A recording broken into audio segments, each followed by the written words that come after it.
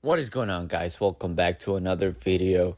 So the UFC 306 is finally over, and honestly, it would have been an alright card.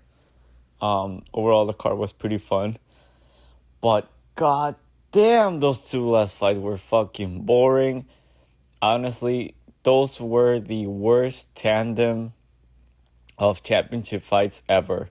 Like, I really don't remember two worst title fights as a co-main and main event back to back on a card that were as horrible as this. Both of these fights were absolute garbage. Let's talk about it. But first, enjoy the intro.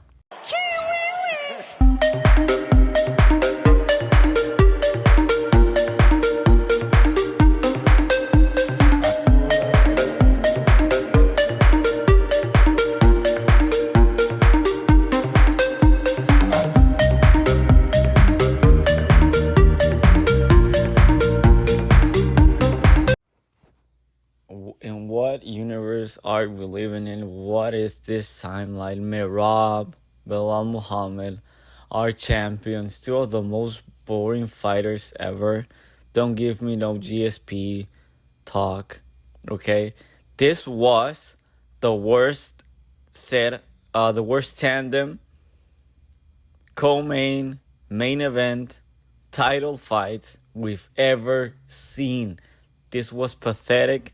Dana was pissed. Everybody was so disappointed. Honestly, the card itself, I mean, I know we didn't see pretty much any finishes. 80% of the fights went to decision. But there were some good fights. Great moments. And these four human beings just fucking shit the bed. I mean, don't get me started on what Valentina and Alexa Grasso did. This fight was also very boring. But we knew, I mean, this is Merab at the end of the day. People that are happy with this outcome are, I mean, they have to be O'Malley haters. Who is happy with this shit? I mean, this guy, everybody left before he ended his celebration. They turned off the lights on this man. They left him out there in their cage all by himself. Not even his fucking corner was out there with him. I feel bad for him. And the UFC is going to rush a title fight versus Umar.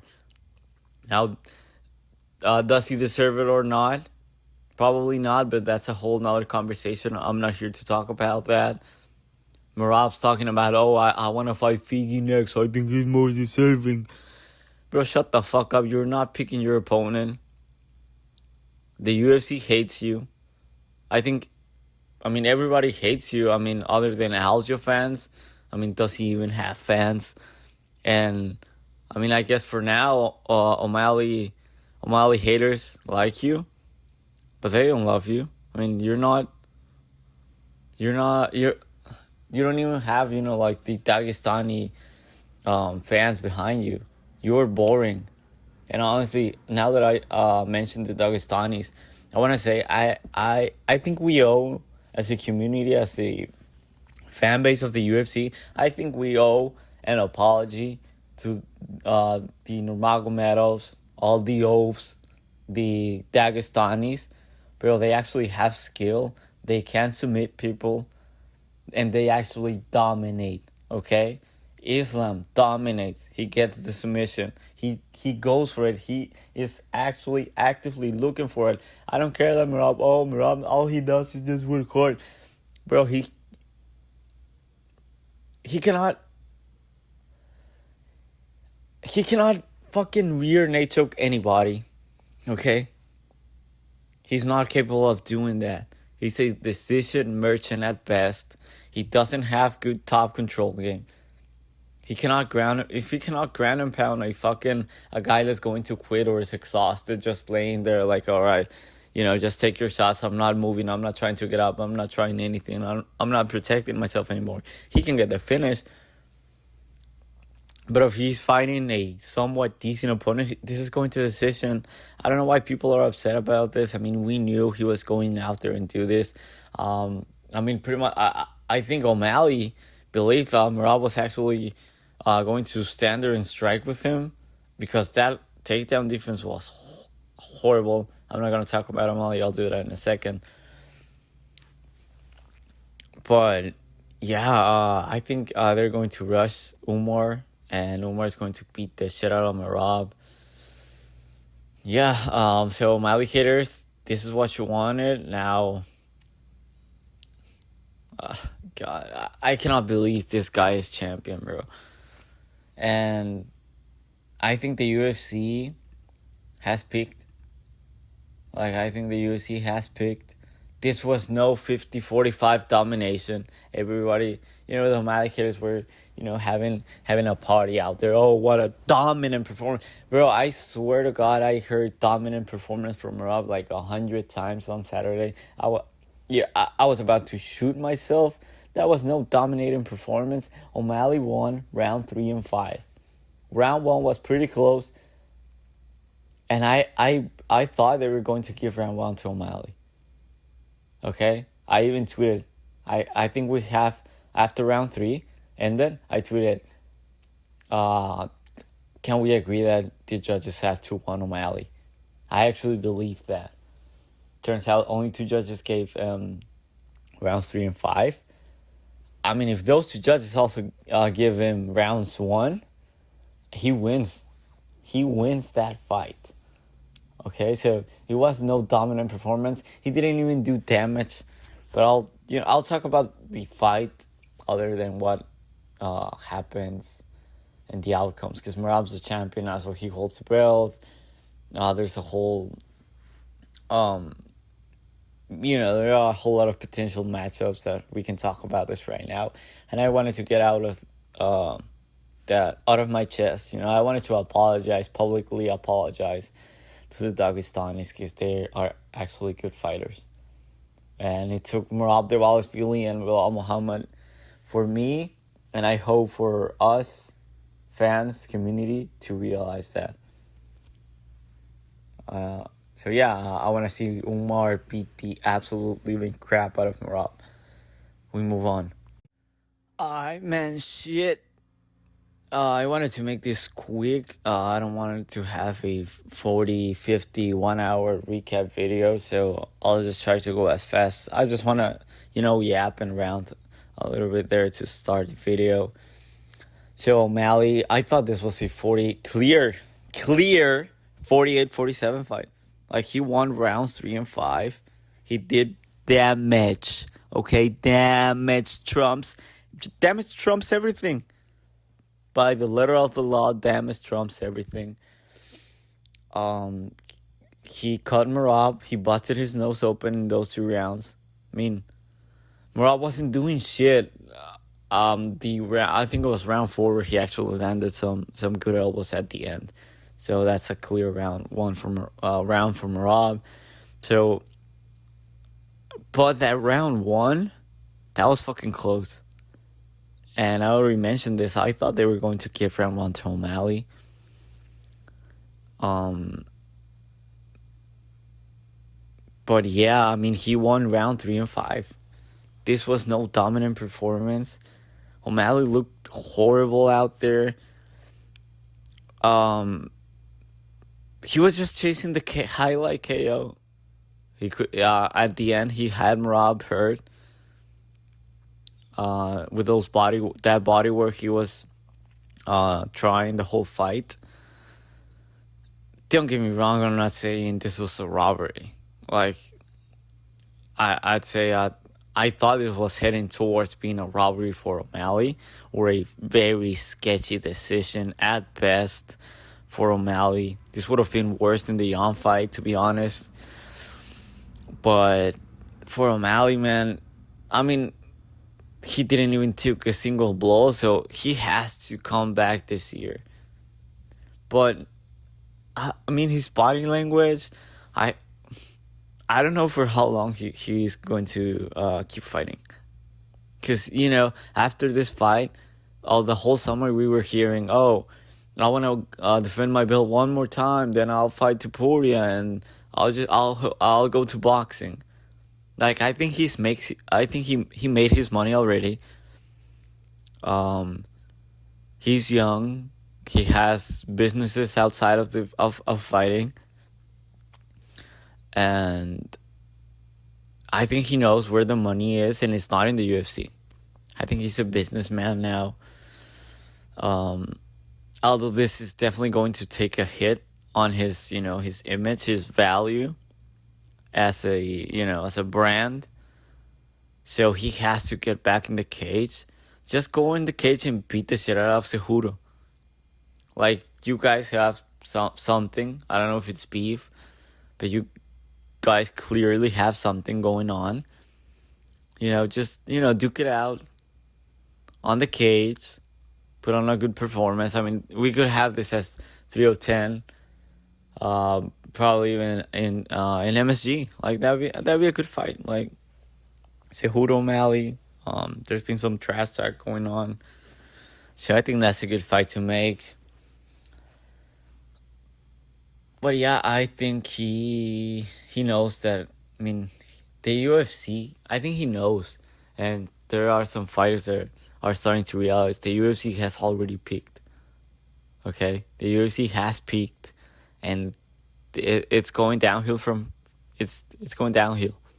From here on out, it's going downhill. I think it started probably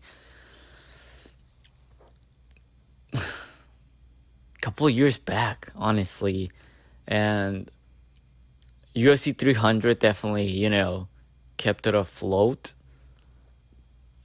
if you will. But I don't like where the UFC is heading. I think they're in trouble.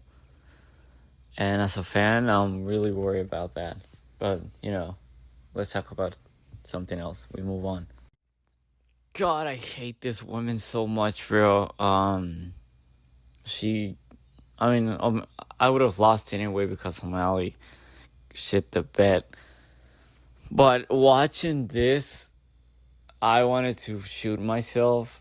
Like, wasn't this old broad talking about wanting to be a mom? You're 36. You have the belt again. You have to keep fighting. You don't have, like, those big breeding hips some women have in this sport. You don't have that. You're 36. I think it's going to be really hard for your husband to put a baby in you. Really fucking hard, okay? She's getting up there in age. And because of this shit show she put on, Alexa Grasso is trash, okay? I mean, we learned that. That's one of the things we learned here. But I want to see Manon Furio beat the absolute living crap out of Valentina Shevchenko. And she can, honestly. She's bigger. She's stronger. She hits harder. Yeah, I mean, Valentina will probably be faster. But we need this fight before the end of the year. Like, we cannot go into 2025 with Valentina Shevchenko as our champion. Okay? Manon Furio has been out since March. This fight has to happen in November, December. Like, Valentina Shevchenko, what was the worst part of this fight? That weight cut? Probably. Honestly, it was a weight cut. Like, she didn't took no damage. She didn't gas herself out. She didn't try to do absolute anything. I want to see Manon Furio beat the shit out of her. And if she really wants to be a mom so bad, like she had me believing, she has to retire, like, today. Today. She's 36 already, bro. And she's talking about wanting to be a mom. You know how her best days are gone now. It's going to be hard, okay? And especially on all of the PEDs and shit that all of these athletes use. I'm not accusing her of using. Well, I am accusing her, but I'm accusing everybody because, the thing that these athletes do. I mean, they have to be on something. But anyways, we move on. I'm recording this on Monday, and I still cannot wrap my head around this. What the fuck was that? Like, was that a fraud chick? Did she froze? Was the moment too big for her? Does she suck? Did she thought Valentina was like washed or shot, and she was just going to accept defeat? Honestly, what the fuck was that? Alexa Grasso, I think she got fraud check. And all of the people that were, saying Valentina had already beat her on that draw. I mean, it looks like they're right. God, man. She is terrible. Like, do you see how easy Valentina was? She wasn't even like taking her down. She would just like throw all her weight up on her and she would fall down. Like, she looked so small, so fragile out there. She threw up a couple submission attempts that weren't getting her nowhere. She definitely like froze. I think probably the lights got too big for her, too bright for her. She felt like all the pressure was on her shoulders, and she crumbled. So I want to see her fight Macy Barber. I'm pretty sure those two women have fought before, right? I'm like positive that they fought like way back when, or did Alexa beat Blanchfield? Am I tripping Barber with Blanchfield? No. Yeah, Barber lost to Grosso like 3 years ago, right? Yeah, on that Usman Burns fight. I had to look it up. I did not remember that. Yeah, she lost to Alexa Grasso by decision. So yeah, I'll run it back. Macy Barber looks good. And we'll see if Alexa Grasso is a fraud or if she's actually good. Diego Lopes is him. Okay, this man, he's down for a scrap. Great jiu-jitsu, great grappling, big, strong, nasty combinations. He can fight you from range. He can fight you in the pocket. He can grapple. And this guy, he is haunting the finish. Everybody should fight like this guy. Like, he's one of those fighters you can immediately tell he likes fighting. He enjoys it. I don't think he's. I seriously doubt that when he's out there, he's thinking, "Oh, I have to finish because I want to get this highlight KO like O'Malley." O'Malley, when he's out there fighting, he's already thinking ahead and thinking, "Oh my God, I can go viral. How can you imagine all of the likes and views I'm going to get for my podcast and nasty highlight KO for my reel?" That's not Diego Lopes.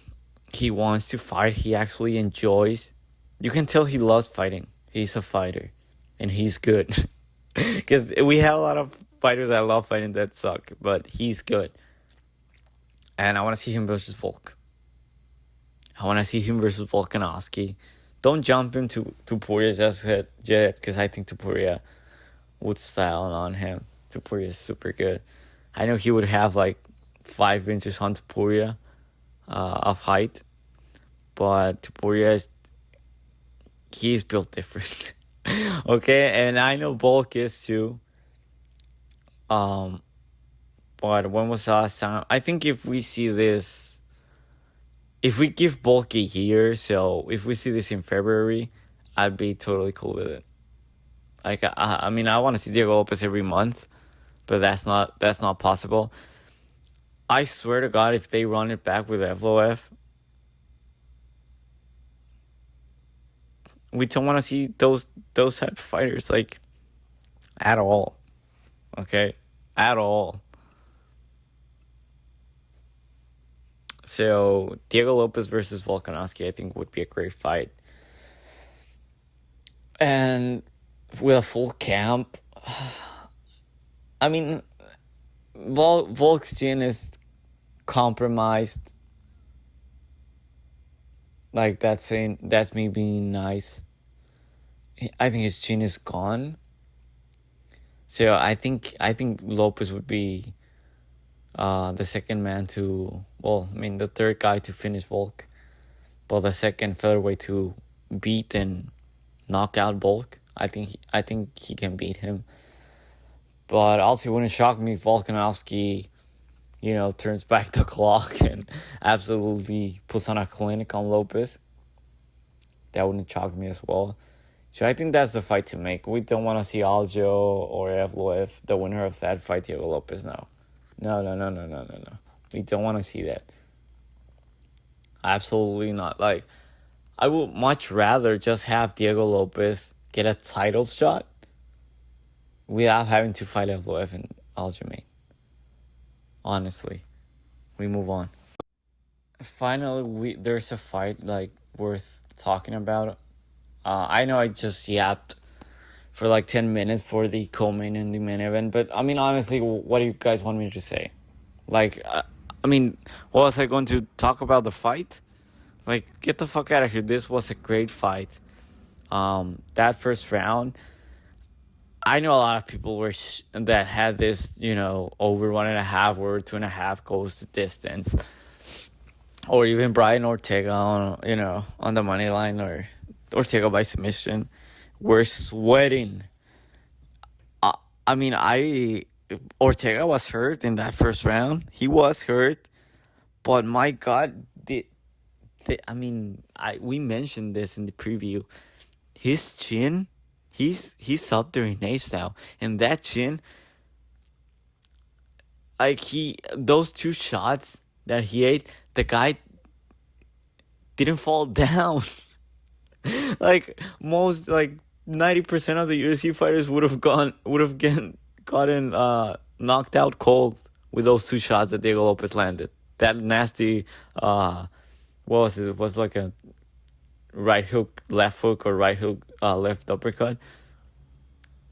The man was kind of stumbling, almost falling down. Diego Lopes landed another shot, and he didn't fall down. God, I mean, this guy's chin, it's legendary. Nobody can finish this man. He's so and he's good. He's decent. He's very good. His hands. If this man was 5 years younger, I mean, can you imagine if Ortega was 28? I think he'd be the champion he would at least be champion, I don't know if he'd be champion for a big reign like Volk did. But great fight, man. In that second round, again, Lopes just styled on him. Ortega couldn't land the takedowns, but he was doing all right on the feet. All right, that being said, this was a 30-27 domination. I think a judge or two gave a 10-8 on the first round to Lopes. And again, on that third round, he was on the brink of finishing Ortega, but I think that was on the second round where Diego Lopes landed a clean head kick, and Ortega didn't even stumble a little bit. He just ate it. This guy's chin is insane. So for that reason, I want to see him fight the Lord Silva at 155. We already know John Silva doesn't give a fuck. He'll fight anybody, anywhere, anytime. Ortega has already been talking about moving to 155. He looked fat this weekend. I don't think he's coming back to 145, like, ever. I saw some people saying, like he should fight, I don't even remember, but they were talking about Ortega's future, like he's still a 145er. He already said he's fighting a 155. And Lord Silva looked amazing at 155. I want to see this fight. Like, if there is somebody that could, like, crack Ortega, knock him out, like, cold, I mean, John Silva is one of those names. He just hits so hard, bro. He has that TISM strength. He's very good. And don't forget, Ortega's a 145er. So he's fast and he has that skill.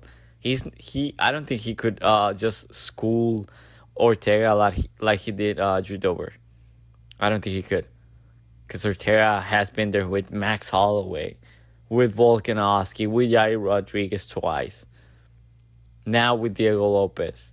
And I love the Lord Silva, but he's not those guys. At least not that we know, or not yet. So I think this be a fucking great fight. Just make this a 155, maybe, because, I mean, Ortega cannot be ranked. And, I mean, Lord Silva, with that win, Dober was like a top 25 lightweight. So, I mean, both of those guys are like top 20 lightweights. If you were ranking at 155, you definitely have Ortega and Gene Silva as a top 20 lightweight. So have them fight. The winner gets to fight, like a Paddy Pimblett or like a Bobby Green, But this would be a fucking great fight, man, honestly. And Ortega would, I mean, I think he could submit John Silva. So this would be a fucking barn burner of a fight. We move on. What a third round. Like, that was insane. But I have to say, I tweeted this everywhere. I was replying to everybody saying, man, pillows were swung on that third round. Man, Stevan Ribovics, he was supposed to have power. He was swinging pillows out there. I know at the end, I mean, obviously he got tired. He literally threw a 100-punch sequence. So I'm not trying to shit on him, but I mean, that's insane. That's Max Holloway type numbers. I think he threw like 170 strikes on that third round. Max Holloway numbers. But he was swinging pillows, man. He was swinging pillows. Seth Hubert didn't even fall down. He was always there. I don't think he was, like, gone anytime. He was always conscious. I'm not saying he wasn't hurt. The guy was running for his life, and he he bumped himself against the cage and fall down. I mean, the cage took him down, but not Ribovics. So, I mean, that kind of makes my point there. Great fucking fight, man. Honestly, those first two rounds were super close. And I thought that Tel Hero was going to win. I know I picked him by decision. But for if you remember on my preview, I thought my first initial thought was Ribovics by third round KO. And I was like, oh my god, he's going to get the KO. And I didn't pick him. I would have looked so good, bro. Can you imagine if I would have picked Ribovics by third round KO and he got... No. Can you imagine if Ribovics actually got the KO and I didn't have the balls to pick him in that third round? I would have been so pissed.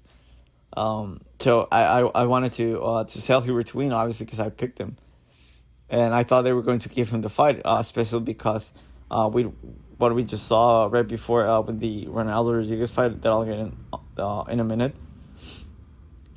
But I mean, those first rounds, man, it was fucking close. I think two judges gave the first round to Rubik's, and I mean, I'm kind of glad because Phil Huber in that second, I think no, it was in the third round. Yeah, it was right before Rubik's just put it on him. He intentionally poked him. Like if you go back and watch, his he puts his hand on his face, and and right after that, he um he does this. He pokes him with his thumb. Like he does it intentionally.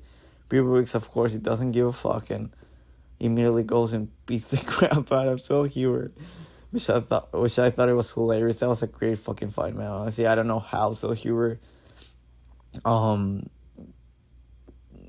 like fucking ate all of those shots because they were landing. They were landing. Okay, he wasn't swinging at air. He wasn't, hitting him in the arms or the shoulders. He wasn't even on the head. All of those shots landed.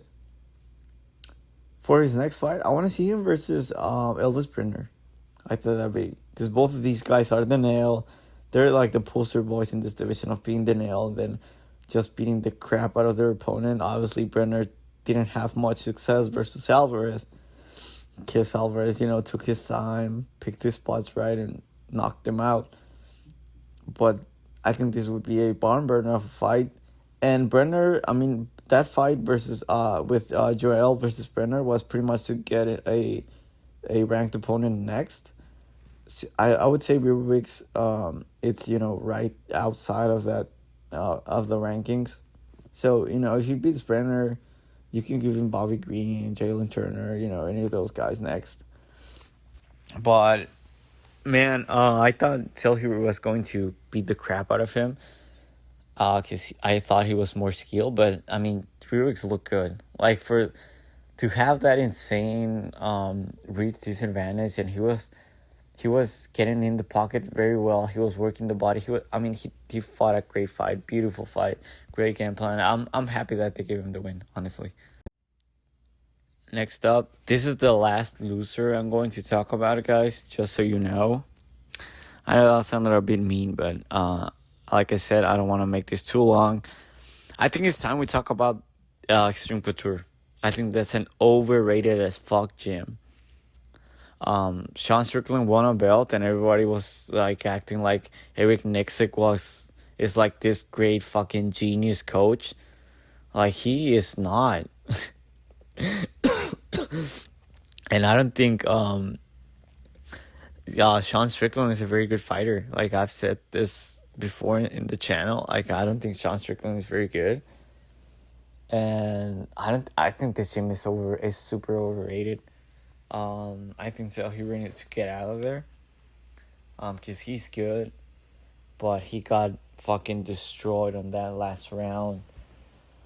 I think he still has potential. I don't think anybody was expecting quite that performance from him. He looked good, but for his age, I thought he would have looked a lot better because he's still at that age where fighters just show up and look like at least twice the fighter that they were on their previous fight. But that wasn't the case. I mean, and now that I mentioned that, I think that's what happens with Extreme Couture, like they don't, like the city, they don't help them, hit that next step. And I mean, obviously, talking like, every gym, makes their, fighters like champions. I mean, obviously not. But I think, like, for all the, like, hype and talk and... I mean, let's put it this way. If Extreme Couture wasn't, across the street from the Apex, it wouldn't be a popular gym. Simple as that. But for Selhubert, I don't know what's next for him. He's, now 3-2 in the UFC? He was supposed to be Mexico's next great thing. He looked... I mean, Ogden fraud checked him. Nah, I mean, I mean, he did what he did. I don't know I mean,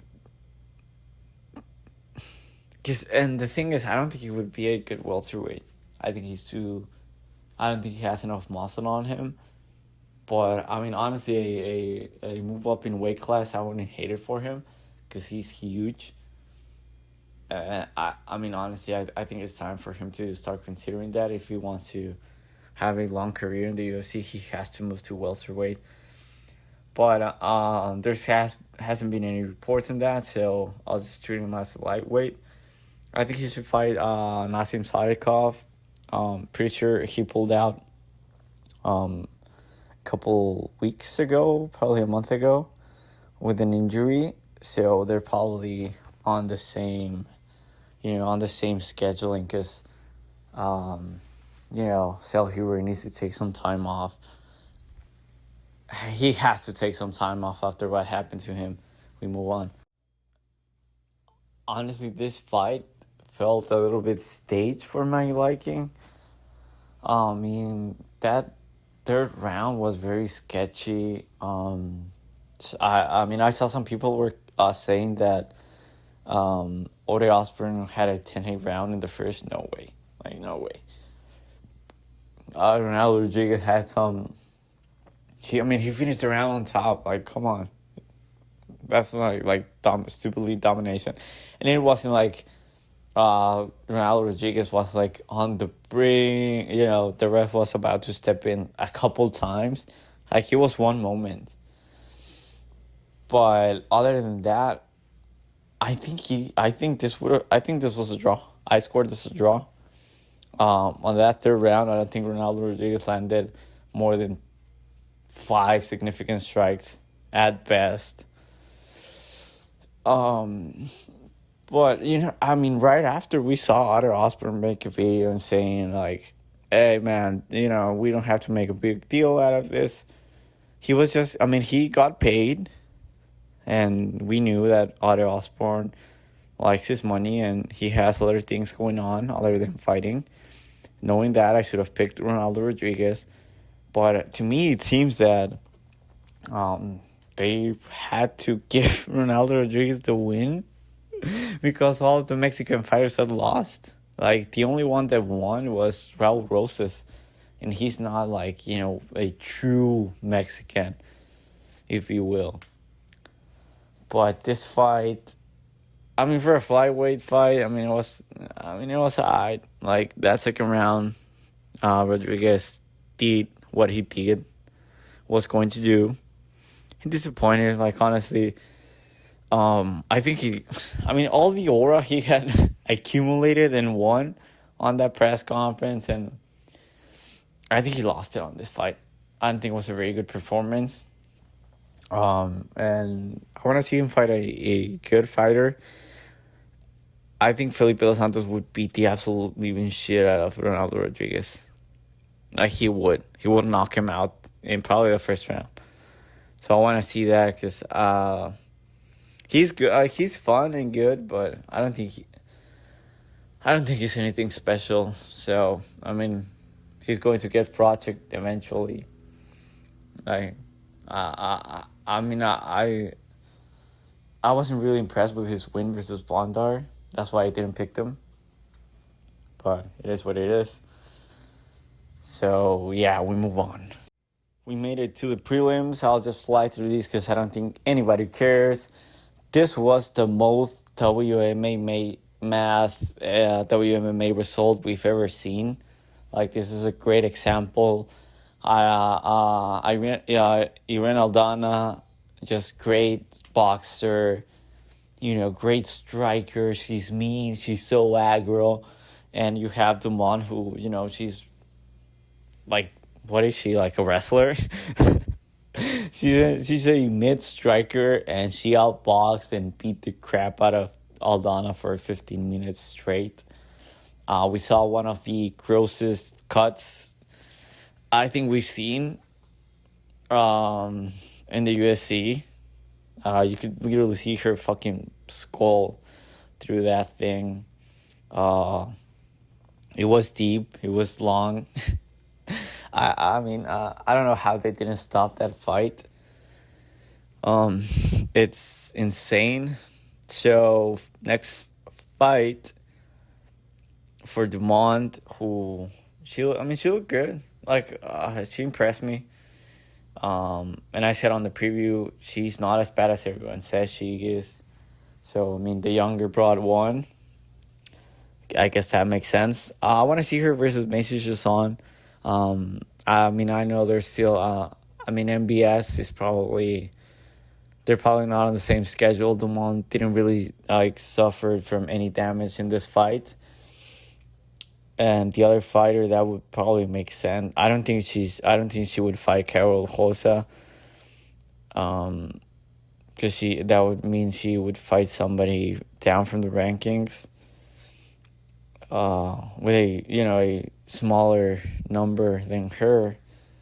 So I think that F5 versus Chiasson makes total sense. And it would be a rematch as well, so let's run it back.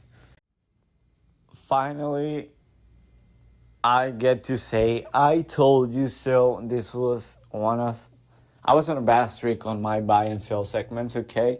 And I was so excited, man. I was like fucking jumping and screaming, doing that, that fadeaway right counter move. When I saw that live, I was so excited. What a KO, man. What a great performance. I told you about how this is actually good. Okay, this guy is getting better and better and better. And he has power. He's big for the weight class. He's Selhuber with power. And he's he's better than Selhuber. Honestly, he's more athletic and bigger. Well, I mean, he's not bigger as in sense of, height and length, but he's has wider shoulders. So I want to see him fight Thiago Moises. He's the true test at lightweight outside of the rankings. And we just saw excuse me. Bahamondes lost to Ludovic Klein, and we saw what Ludovic Klein did to Thiago Moises. So there's something going on there, and I want to see it. I want to see if Bahamondes is the real deal, because I think he is. And I think I'd be very interested in knowing who would open up as a favorite, who would, the odds makers would have as a favorite. So let me know in the comment section below if you made it this far and you're hearing this. Who do you think Vegas would have as a favorite in a fight with Bahamondes versus Moises? Honestly, I think Bahamondes would be the favorite because he has all the momentum with the KO. His name is, making kind of some noise, and we saw what happened to Moises. But that being said, we saw it's fucking hard to finish a guy like Moises. He's now with the Fighting Nerds, and I feel like he's damaging their image, their brand. So a win for him I think is necessary. Beautiful fight from Bahamondes. And I told you, Torres is nothing special. I don't think we've seen a fighter like him probably a million times. He's knocking out everybody in the first round, but how good really are you? We move on. God, I feel bad for Jasmine Jauregui because from the start of that fight, man, you could immediately tell she was 10 times the fighter Caitlin Souza. She's faster, more technical, better striker, better everywhere probably. But then she got caught. She got caught by a stronger women, that... I don't think it's a secret that Caitlin Souza fucks women on and off the cage. So it is what it is. It sucks for Jauregui because he's 2-2 in the UFC. That's an ugly record for a very hyped up prospect. I actually believed in her. She busted everybody's parlays, I would imagine. one of the second biggest favorite on the card, and she gets finished in the first round. But I mean, hey, good win for Caitlin Sousa. Hope she keeps fucking women off the cage and on the cage. So for the next fight, I mean, I don't know, Carnelosi, whatever. It is because of fights like this that the UFC does not remove the flyweight division, and I'm so happy because,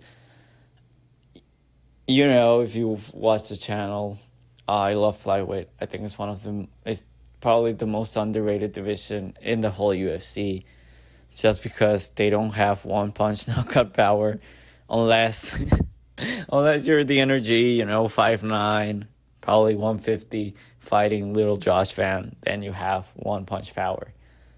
But anyways, this was the fight of the night. Like, giving it to Selhuber and Vivek, it was two competitive rounds and one crazy round. Chairez and Van, the third round was, it was a bit boring, but that first round was wild. Second round was even crazier. And me watching that fight on the first round, I was like, oh my god, not again. Like, they're going to sign Josh Van again, a much bigger man, abusing little Josh Van again. And I was like, I know I picked Chairez on my predictions, which I did terrible.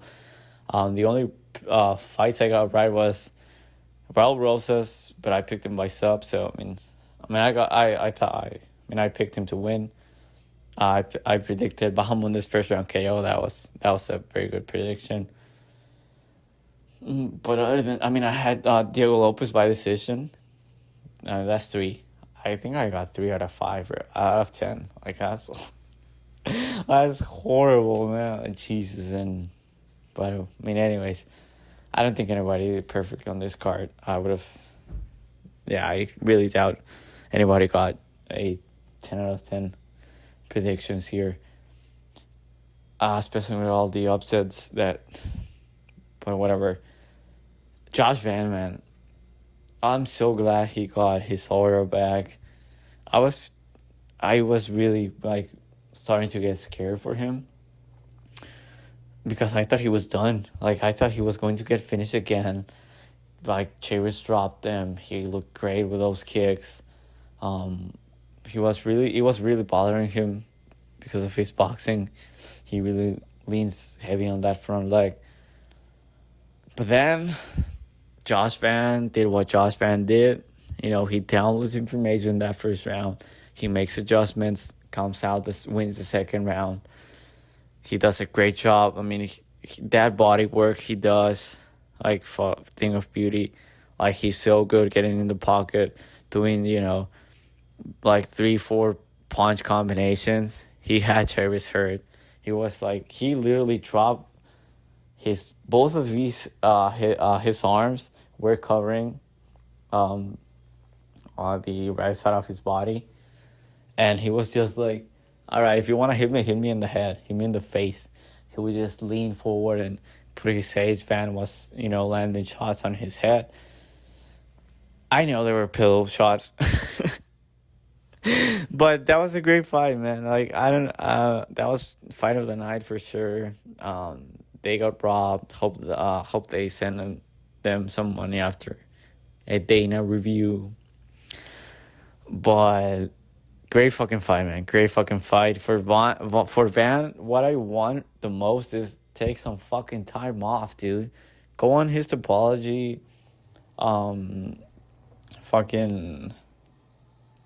His apology page. This man has been fighting 4 or 5 times a year the past 4 years, bro. Just, take a fucking break. You just been knocked out. You were in a war. I don't want to see Josh Van again until next summer. If we see him anytime before May of 2025, I'm picking against him. And I'm putting my house on the other fighter because he's getting knocked out. Just take a fucking break. Dude is acting like he He's 30 years old with 4 kids and a wife and 2 houses, a couple cars. He has like this huge crew, a nutritionist. Dude, you're 22 years old. You don't have to fight every month. Take a fucking break, get in the lab, let your body recover, rest a little bit, go and do other things. Like, you're fucking 22 years old. You don't have to be fighting. And he got paid for this fight, okay? He took this short notice. He saved the UFC. So we know he got, paid for this fight.